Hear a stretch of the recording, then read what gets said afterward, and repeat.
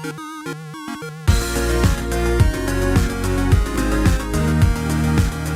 everyone, welcome back to another Anime Kingdom reviews. You see by the title below, this is on episode 4 of Drifters, and I gotta say honestly, this episode, obviously, we can't just have action throughout the whole season. It makes sense, but honestly, in terms of how this episode went, it was a little boring at certain points and not as exciting, obviously. It makes sense. Though there was a bunch of information for both sides, the ends and the drifters, the good side as well, and it did also have, I'll say, a ton of comedy. Now, did I enjoy the comedy? I know like everyone keeps saying it's a hit or miss for everyone. For me, sometimes it's funny, sometimes it's just like meh.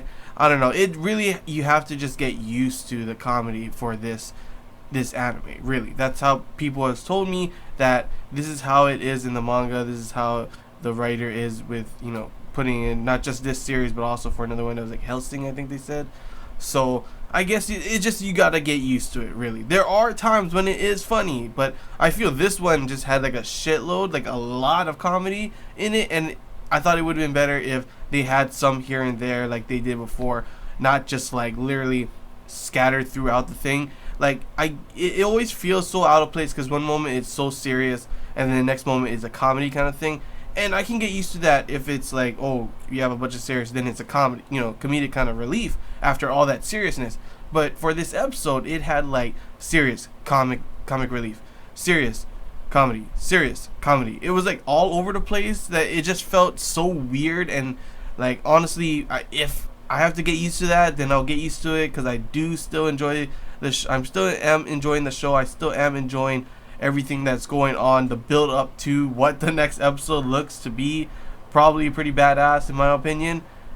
I'm still enjoying it, but yeah, it really, for me, the comedy right now is a hit or miss. Like the beginning part was pretty funny with Easy seeing that Murasaki was not there. There was other parts when just them fighting could be, it was kind of funny as well when we saw Nobunaga just squeezing the girl's boobs just out of nowhere, always calling her four-eyed opie kind of thing. It was funny. Those moments are funny. It just feels, for me, weird that it's like serious comedy. Now, if you have like all serious and then you have comedy after to, have some comic relief after all the serious and craziness that just happened, I understand that. But for me, in one episode, having that much like back and forth, it's honestly, I don't really care for that like that. But other than that, this episode, pretty much most of it, there's some big things in this. Obviously, first off, Nobunaga and the rest of them are pretty much planning to take over, their own, help the elves take over and everything, and pretty much take over their own empire, the empire that is currently involved in controlling pretty much most of the area. Because obviously, sure, the drifters are strong. They could probably go against the Ends if it was just drifters versus Ends, but it is not. The End have a whole huge army of these monster like creatures, dragons and everything. There's no way that the drifters can take all of them on by themselves. And just like Nobunaga said, what's it called? I think her name is Oremu. I forget her name is Opie, four-eyed boobs. Pretty much says that their plan was to gather up the drifters and then have them work with the empires currently around there and let them take command of their armies. And like Nobunaga said, if you're a feudal lord, if you're a commander, if you're a king, if you're any of the sorts, you're not just gonna let some random person come in and start taking control of your army. Just like it honestly made a lot of sense. And I'm like, what was the Octopus thinking that this would actually work? Like they would actually let it happen. It makes sense, even to like when he was saying that, like, even if the enemy was like at his last stronghold, the king would hold out to the very end, not give command to them, even right when he ends up committing suicide or something like that. It makes sense. No king would do that. No lord would do that. No commander would do that. They would not give their leadership role to some random person that came out of nowhere. So it does make sense, and I do like the plan that they're coming up with. They first off, we're gonna get the elves, we're gonna fight, obviously the guys are coming. It looks like they're gonna be doing it to a point where they, you know, get control of the elves, they fight off the guys that are coming. It's a 200 army kind of thing, but it looks like they're all in the trees. It's gonna be some crazy ambush thing, maybe elves with a bunch of bows and everything, even though they haven't had combat. It was pretty funny to see when they were talking about their age thing, and they're like hundreds, and obviously elves live long, so I understand that, but obviously they didn't, and they were like, what? And then like even the young kids one, he's like, Toyohisa was like, oh, they're older than me. Like, that was pretty funny. But yeah, they haven't seen any combat, and they're not gonna have that much time to train at all. So it'll be interesting to see maybe if they just like do an ambush kind of thing. They're all in the trees and just all shoot arrows down, rain down on them. I'm not too sure how it's gonna be, because that is 200, you know, soldiers coming in on their village, while there's only, you know, 3 drifters along with a magician that we haven't seen any of the octopus use their power. So I'm not really too sure how the magician thing works. And then of course a bunch of, you know, elves that have not seen combat in their entire lives. So that should be interesting to see how that battle will be. But yeah, I predict that it's probably going to be like they help the elves, they take them over. There's still the dwarves and hobbits that are being oppressed as well. They help take them over. And then overall, after that, they pretty much push on until they get to the capital and take over this whole empire, thus having their own army of their, you know, that they have for themselves to go against the Black King and, you know, his army. Which, of course, it seems like the Black King and their army, the Ends and everything, are attacking at the same time that, you know, Toyohisa them are going to be planning to do their own thing. And it seems like, do they have enough time for that? How big is this area that they could do that, you know? Plus, there's still the thing with the rest of the, you know, the drifters along with the Octopus commander on how far are they going to be able to meet up with Toyohisa them and start their plan, or is this going to be like a separated conquest kind of thing going on? You know, there's still the guy, the Japanese Zero pilot. What happened to him? His plane crashed. I don't think he's gonna be able to get that out, and all of a sudden there's like creatures, and he's like, oh, you want to fight? And I'm just like over here like, what is he gonna do? Does he have a pistol or something, or is he just gonna go hand-to-hand combat? I'm not too sure how that's gonna work out against whatever creatures those were. Maybe they're actually good and they're actually gonna help him. Who the hell knows, to be honest. I'm not too sure how many different demi-humans there are in this. We've talked about elves, we've talked about dwarves, hobbits, we've seen like the pig things, there's seen orcs, goblins, kobolds. There's literally a shitload of, you know, demi-humans kind of things, and they really talk about the history of everything as well in this. So it's pretty interesting for informational kind of value and for build up to what's going to be coming in the next episodes. We now know what's the plan for everything for at least Toyohisa them, because last episode they didn't really emphasize too much on Toyohisa and the group over there, so I'm guessing that's why they decided to, you know, emphasize more on them in this one.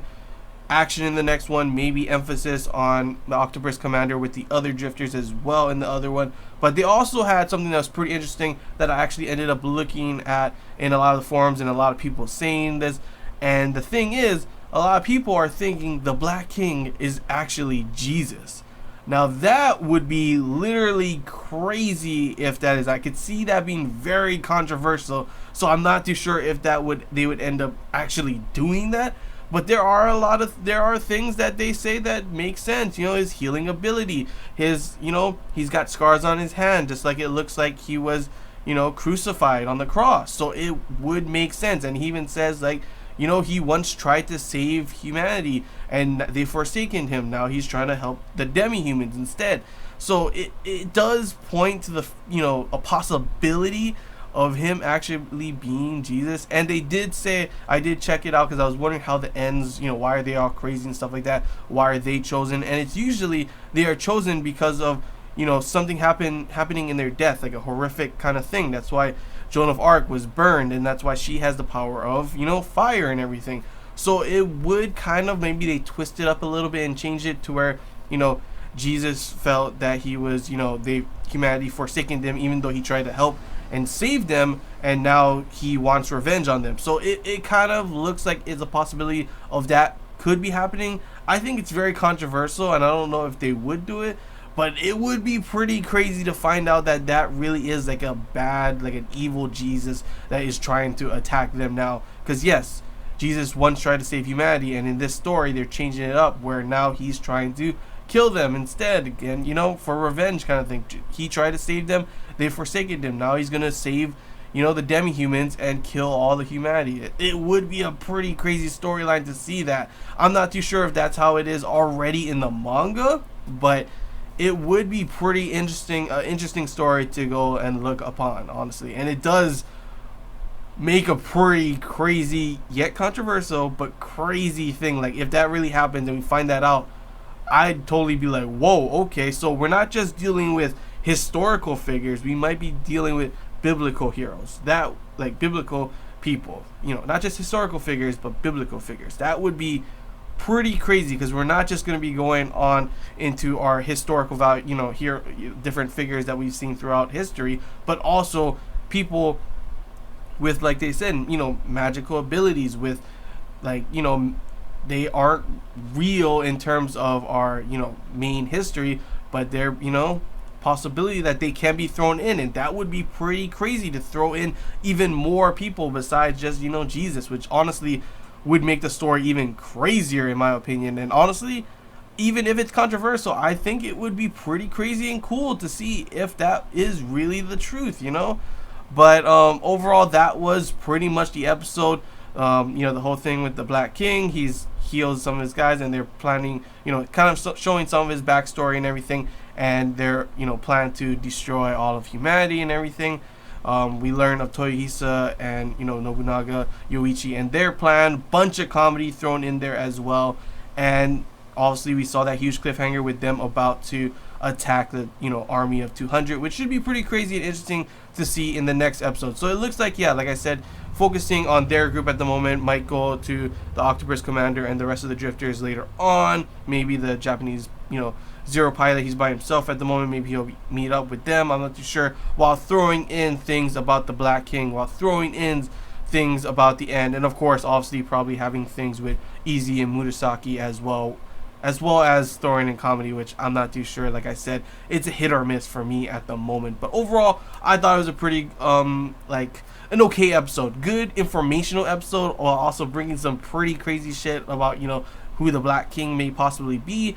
But the comedy still, for me, like I said, hit or miss. But overall, it's an okay episode, a good build-up episode in my opinion to what I hope is going to be some crazy shit. Because so far, the build-up has been good, like been okay, and then after, when it gets to the big boiling point, that's when things get crazy. And those episodes so far have just been literally, like, I've definitely enjoyed them, and I cannot wait to see more of those. But yeah, that's all I gotta say, guys. Hope you enjoyed this Anime Kingdom review. If you have any questions, feel free to comment below. This anything I missed and you want to talk about, comment below as well. And if you did enjoy it, don't forget to like. If you haven't already, feel free to subscribe for more content.